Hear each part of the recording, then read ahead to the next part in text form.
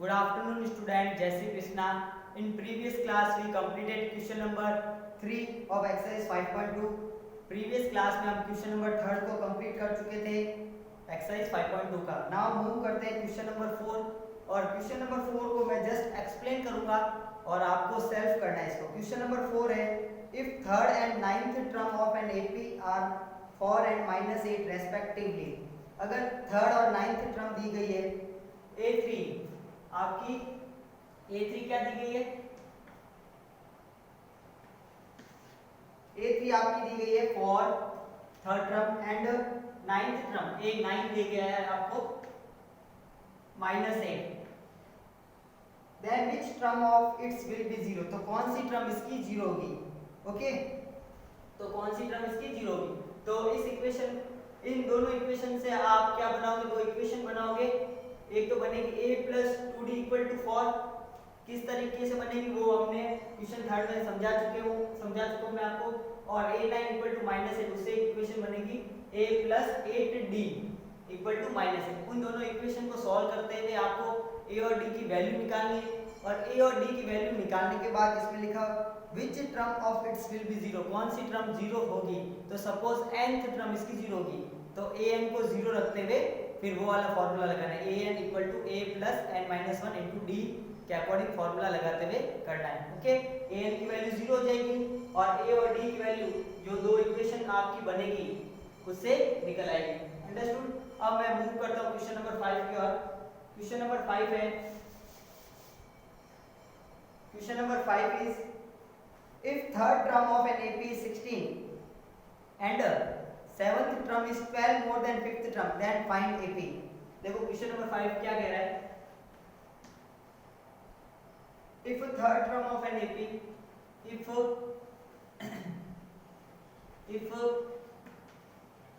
third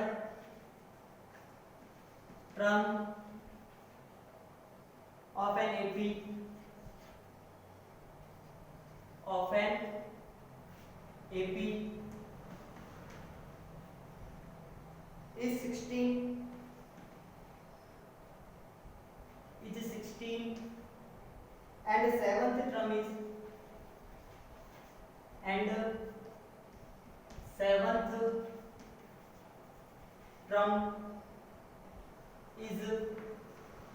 16 and seventh term is 12 more than fifth term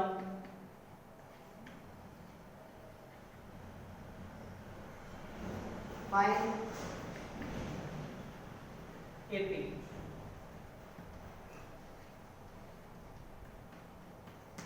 okay if third term of an AP is 16 and seventh term is 12 more than fifth term then find AP देखो आप इसको कैसे करेंगे solution third term क्या दी हुई 16 given A3 = 16 third term यानी कि A3 an बोल दो n की वैल्यू यानी कि थर्ड टर्म यानी A3 हो गई और वो क्या दी गई 16 दी गई है तो A3 आप क्या लिखोगे 16 ओके इसे एक इक्वेशन बना दो A3 = 16 पूरा दिया हुआ है और n बराबर टर्म नंबर कौन से 3 तो 3 तो फॉर्मूला लगा दो we know that कौन सा formula an = a + n - 1 * d a तो कौन सी टर्म है थर्ड टर्म यानी n की वैल्यू 3 रखनी है a3 = a + n की वैल्यू 3 क्योंकि थर्ड टर्म की बात हो रही है 3 - 1 * d a + 3 - 1 2 * d 2d और ये पूरी टर्म कितनी दी गई आपको ये पूरी टर्म आपको a3 कितनी दी गई है a3 आपको पूरी दी गई है 16 तो इक्वल में आप क्या लिखोगे 16 इक्वेशन 1 इससे बन गई ओके अब आगे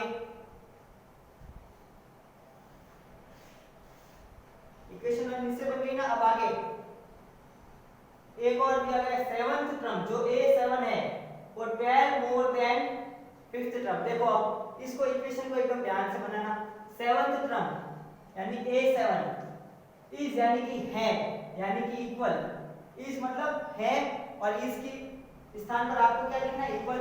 वो है जो सेवंथ टर्म है वो 12 मोर देन 12 जाता है किससे फिफ्थ टर्म से। तो आप इसको लिख सकते हो फिफ्थ टर्म से 12 जाता है तो इसको लिख सकते हो a5 प्लस 12। हाँ 12 प्लस a5 भी लिख सकते हो और a5 प्लस 12 भी लिख सकते हो, सिमिलर बात है। ओके समझ में आ गया। एक बार वापस समझाता हूँ। सेवंथ टर्म यानी कि a7 इज मतलब इक्वल, यहाँ पे आपको इक्वल लगाना है कि सेवंथ टर्म है वो किसके इक्वल है 12 मोर देन फिफ्थ टर्म यानी 12 ज्यादा है, मोर यानी कि ज्यादा है यानी कि प्लस करेंगे, मोर मींस ज्यादा यानी कि प्लस करेंगे किससे फिफ्थ टर्म से। अब इन इक्वेशन को सॉल्व कर लेते हैं। a7 बराबर वही फार्मूला लगाना है a plus n minus 1 into d का। ओके फार्मूला लगा देता हूँ पहले a plus n minus 1 into d equal to a5 formula लगा दो a plus n minus 1 into d plus 12। अब देखना a plus n minus 1 n यानी कि सेवंथ टर्म है, सेवंथ यानी कि n की वैल्यू क्या होगी 7 माइनस 1 इंटू डी इक्वल और फिफ्थ टर्म यानी n की वैल्यू 5 रखनी है a plus 5 minus 1 into d plus 12। इसको सॉल्व करो। इसको कैसे सॉल्व करेंगे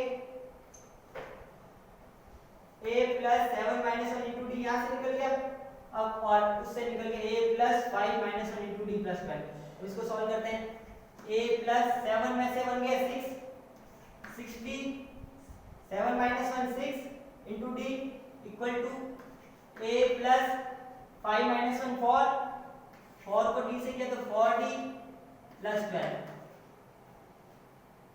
अब क्या करते हो a से a कैंसिल हो जाएगा, कैसे होगा a से a कैंसिल कैसे होगा क्योंकि यहाँ पे प्लस का है और अगर इधर आएगा तो ये माइनस का बन जाएगा और a प्लस का और a माइनस का वो आपस में कैंसिल हो जाता है, ये कट गया आपस में। समझ में आ गया ना कैसे कटा है क्योंकि ये प्लस का है इधर आएगा तो माइनस का बन जाएगा और a ऑलरेडी यहाँ पर है a माइनस a और a आपस में a माइनस a और a आपस में कट जाएगा तो कितना हो जाएगा 0। अब इधर देखो 6d ये 4d प्लस का है इधर भेजूंगा तो माइनस का बन जाएगा तो 4d माइनस का बन गया इक्वल और ये 12 तो राइट हैंड साइड में चल ही रहा है इक्वल में। ओके 6d माइनस 4d कितना होगा 6d में से 4d जाएगा तो कितना आएगा 2d इक्वल टू 12। कैसा है समझ में आया। देखो एक बार वापस बता देता हूँ। देखो a से a कट गया 4d जो इक्वल के राइट साइड में था और अगर वो लेफ्ट साइड में भेजेंगे तो ये प्लस का होता है वो माइनस में कन्वर्ट हो जाता है और ये इक्वल 12 वो राइट हैंड साइड में चल ही रहा है। अब हमेशा मैंने आपको पहले भी बताया एडिशन और सब्ट्रैक्शन उन्हीं अलजेब्रिक फंक्शन का एक साथ होता है जो एक जैसे, जैसे ये d है और ये भी d है तभी इनका एडिशन होगा और तभी इनका सब्ट्रैक्शन होगा। ओके तो ये भी d और ये भी d यानी कि ये ऐड हो सकते हैं और आपस में सब्ट्रैक्ट हो सकते हैं। ये प्लस का है और ये माइनस का है तो मैंने पिछले क्लास में बताया था एक प्लस का हो और एक माइनस का हो तो क्या करोगे -6 में से 4 गए 2 और अलजेब्रिक फंक्शन कौन सा d तो 2d और बड़ा क्या है 6d वो प्लस का है तो प्लस का गया 2d इक्वल टू 12 हो गया। समझ में आया। अब आगे d equal to 2 into d है ये 2d क्या है यहाँ पे 2 इंटू डी तो d वैल्यू क्या हो जाएगी एक इंटू में है 2 वहां जाएगा तो डिवाइड हो जाएगा 12 अपॉन 2 हो जाएगा और d की वैल्यू आ जाएगी हमारी d इक्वल टू 6। d की वैल्यू क्या आ गई 6 आ गई। ओके अभी हमने d की वैल्यू 6 कैसे निकाली ये दो इक्वेशन दी थी उससे और हमारा काम क्या है AP को फाइंड करना। क्या फाइंड करना AP निकालिए सीरीज निकालिए नंबरों की जो AP फॉर्म करती है। तो AP के लिए आपको पता ही है एक तो d पता होना चाहिए और एक a पता होना चाहिए, d पता होना चाहिए और a पता होना चाहिए। d तो निकाल दिया हमने और a निकालने के लिए हम क्या करते हैं आपने जो इक्वेशन बनाई है 1 उसमें वैल्यू को पुट कर लेते हैं। क्या करते हैं उसमें वैल्यू को पुट कर लेते हैं कौन से वैल्यू की जो d आई है ना आपकी 6 उस इक्वेशन में पुट कर देते हैं। तो आप लिखोगे इधर put the value of d equal to 6 in equation first में वैल्यू पुट कर देते हैं तो क्या हो जाएगा, इक्वेशन फर्स्ट हमारी क्या थी, a plus 2d equal to 16, value put कर ले। मैंने पहले इक्वेशन लिख दिया, आप चाहो तो डायरेक्ट वैल्यू पुट कर सकते थे, तो मैंने इक्वेशन इसलिए लिखी ताकि आपको नॉलेज रहे कैसे a की वैल्यू पुट हो रही है और कैसे d की वैल्यू पुट हो रही है। a की वैल्यू क्या आई है, a की वैल्यू हमको निकालनी है, तभी तो ये काम कर रहे हैं। d की वैल्यू क्या है 6, तो यहाँ पे 2d है, 2d यानी कि 2 multiply d, 2 multiply d, d की वैल्यू 6 है, 2 multiply 6 is equal to 16, a plus 2 6 या 12 इज इक्वल टू 16, ओके।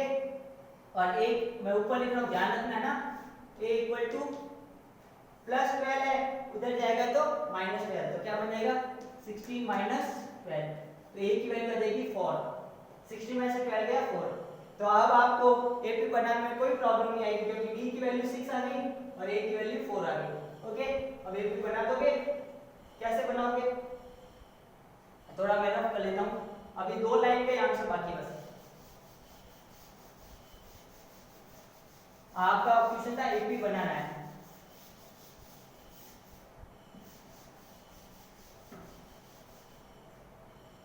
तो AP क्या होगी, सो AP क्या होगी, AP का वैसे जनरल फॉर्म मैंने एक्सरसाइज 5.1 में बताया था, क्या होता है a plus b, a plus 2d, a plus 3d, इस तरीके से चलेगा, इस तरीके से चलेगा। a first term, a plus d second term, a plus 2d third term, a plus 3d, इसमें वैल्यू पुट करो आपकी AP आ जाएगी। तो a की वैल्यू 4, फिर इसमें 4 प्लस d की वैल्यू कितनी है 6, a की वैल्यू वापस 4 plus 2d 2 into 6, comma a की value 4 plus 3 into d, 3 into d की वैल्यू कितनी है 6। अब चलो आपकी AP निकल आएगी, पहला आएगा 4, दूसरा आएगा 4 प्लस 6 10, तीसरा क्या आएगा देखो 2 6 या 12, 2 6 या 12, 12 और 4 16, 3 6 या 18, 18 और 4 कितने हो गए 22, तो ये एक तो AP बन जाएगी। तो आपकी AP ये होगी 4 10 16 22, इस तरीके की आपकी AP चलेगी, अंडरस्टूड। अब मूव करते हैं नेक्स्ट क्वेश्चन की ओर।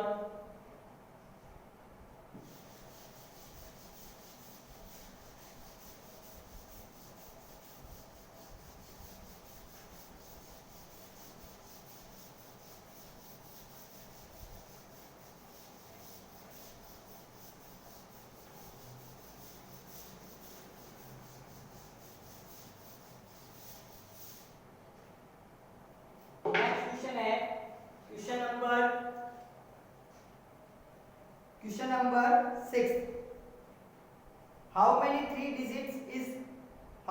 digit numbers are divisible by 7। Question number 6 एक बार लिख देता हूं, how many three digits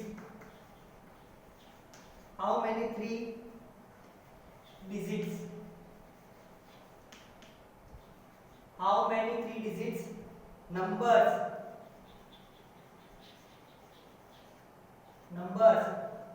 are divisible by 7, are divisible by 7। Question कुछ इस प्रकार है, how many 3 digit number, how यानी कितने, हाउ मैनी यानी कितने, हाउ मैनी यानी कि कितने 3 डिजिट नंबर, कितने 3 डिजिट के नंबर, कितने और वो भी कितने डिजिट के नंबर 3 डिजिट के नंबर आर डिवाइजेबल, वो डिवाइजेबल होंगे, कंप्लीटली डिवाइड होंगे, किससे 7 से डिवाइडेबल होंगे। तो आपको पता होना चाहिए कि 3 डिजिट नंबर वैसे स्टार्ट कहां से होते हैं 100 से होते हैं, ओके, और फिनिश कहां होते हैं 3 डिजिट नंबर 999 पर। ये लोअर क्लास में आपने पढ़ा होगा। 2 डिजिट कहां से स्टार्ट होते हैं 10 से और उसका लार्जेस्ट 2 डिजिट नंबर क्या होता है 99, इस तरीके से। तो आपको पहले ये पता करना होगा सबसे पहला 3 डिजिट नंबर कौन सा होगा जो 7 से डिवाइड होगा, वो कौन सा होगा। सॉल्यूशन या आंसर लिखो कुछ भी। 3 digits numbers 3 digit numbers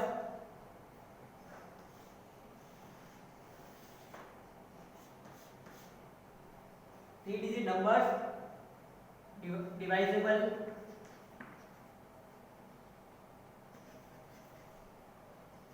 by 7 are, जो 7 से डिवाइड होंगे वो 3 डिजिट के नंबर कहां से स्टार्ट होंगे 105 से। कहां से स्टार्ट होंगे 105 से 112, इस तरीके से चलते रहेंगे। ओके 105 112 और ये फिनिश कहां होंगे 900। इसका लास्ट डिजिट होगा कौन सा होगा, देखो जैसे 999 ये तो नहीं होगा, 998 वो भी नहीं होगा, 990 इसको आप करके देखो इससे 994 से, इसे करके देखो 994 से। कैसे 4 का दुगुना 8, 4 का दुगुना कितना हुआ 8 और 99 में से 8 सबट्रैक्ट है तो 91। अब मैं आपको ये भी बताऊंगा कि मैंने ये 3 डिजिट नंबर 105 जो कि डिवाइड हो रहा है 7 से, ये कैसे लिखा और ये लास्ट का टर्म 994 ये भी कैसे लिखा। इसके लिए मेरे को क्या पता करना होगा डिविजिबिलिटी के रूल्स जो आपने लोअर क्लास में पढ़े थे। डिविजिबिलिटी के रूल्स 6 की डिविजिबिलिटी के रूल्स, 7 के डिविजिबिलिटी के रूल्स, 8 के डिविजिबिलिटी के रूल्स।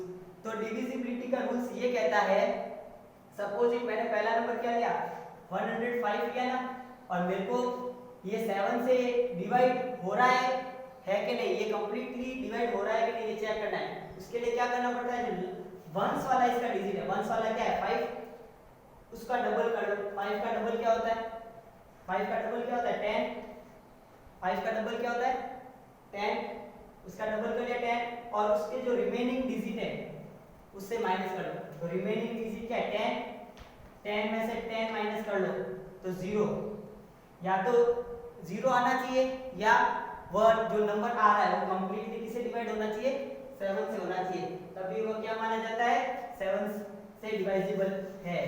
ओके जैसे 105 चेक किया, इसी तरीके से मैं क्या चेक करता हूँ 994।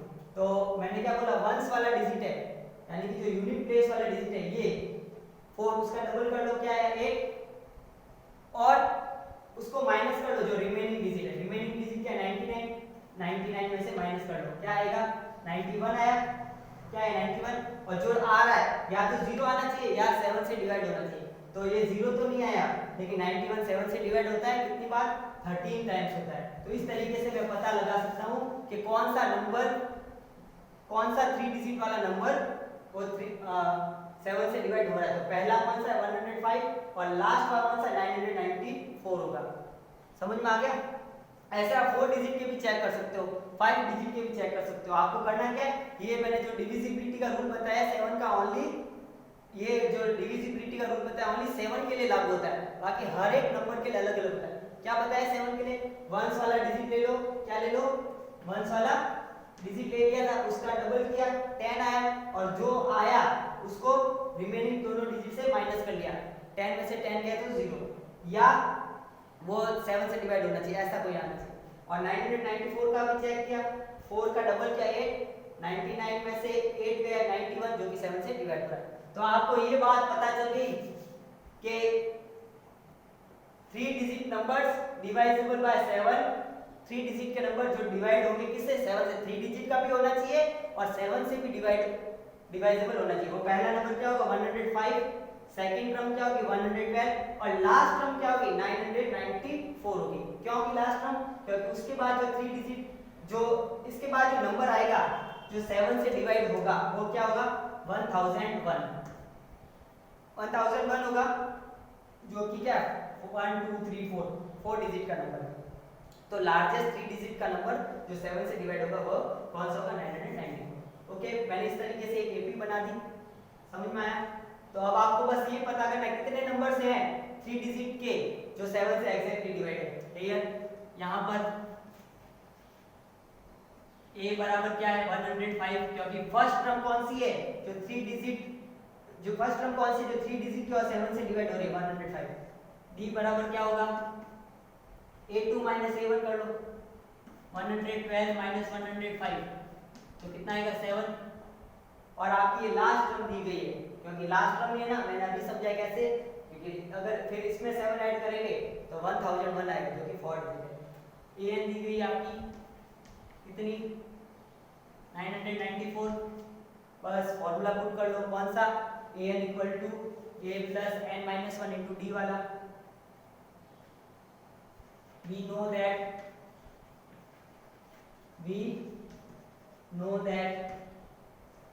an equal to a plus n minus 1 into d। an आपने क्या माना? an क्या दिया गया? 994 इक्वल टू a कितना है? 105 प्लस आपको जो total number of terms find करनी है ना, जो 3 डिजिट की भी और 7 से डिवाइड हो, तो नंबर ऑफ टर्म्स तो फाइंड करनी है n का n, और b कितना निकाला? Common difference 7। 994 ये पूरा प्लस का था 105, इस तरफ लेफ्ट साइड भेजा तो माइनस का 105 बन गया equal n minus 1 into 7। Okay, n minus 1 into 7 हो गया। 994 में से 105 गया, 4 में से 5 भी जाएगा, 4 ने कैरी ले क्या बन गया? 14, 14 में से 5 क्या? 9, ये 8 बन गया, 8 में से 0 गया 8, और ये 9 में से 1 गया 8। 889 equal n minus 1 into 7। Okay, अब क्या कर देता हूँ? 7 को इसके डिवाइड में भेज देता हूँ। 889 divide by 7 equal to n minus 1 equal to n minus 1। क्या किया मैंने? मल्टीप्लाई 7 था और मल्टीप्लाई 7 था, उसको इस तरफ भेजा तो डिवाइड में 7 चला गया। अब इसको डिवाइड कर लेता हूँ। 7 की टेबल में 8 नहीं आता, 1 टाइम 7 1 रिमाइंडर बचा, 1 के पास 8 दिखा 18, 2 टाइम्स गया 4 और 9 49 बना, 49 यानी कि 7 से बन जाए 49। Okay, equal to n minus 1। अपने को तो n की वैल्यू निकालनी है तो माइनस 1 किधर ट्रांसफर होगा? तो n बराबर हो जाएगा 127 plus 1 equal to 128।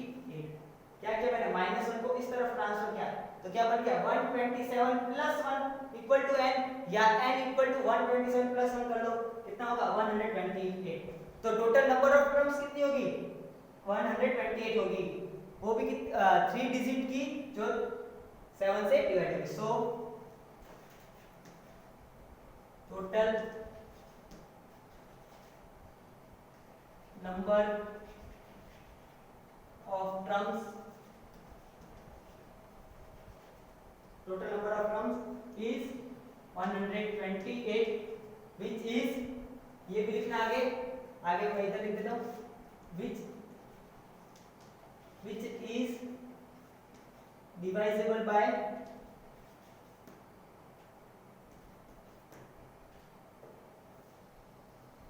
which is divisible by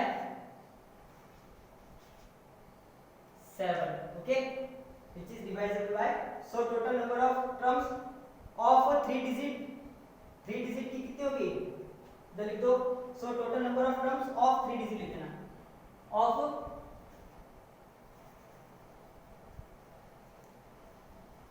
इधर नीचे लिख देना of 3 digit की।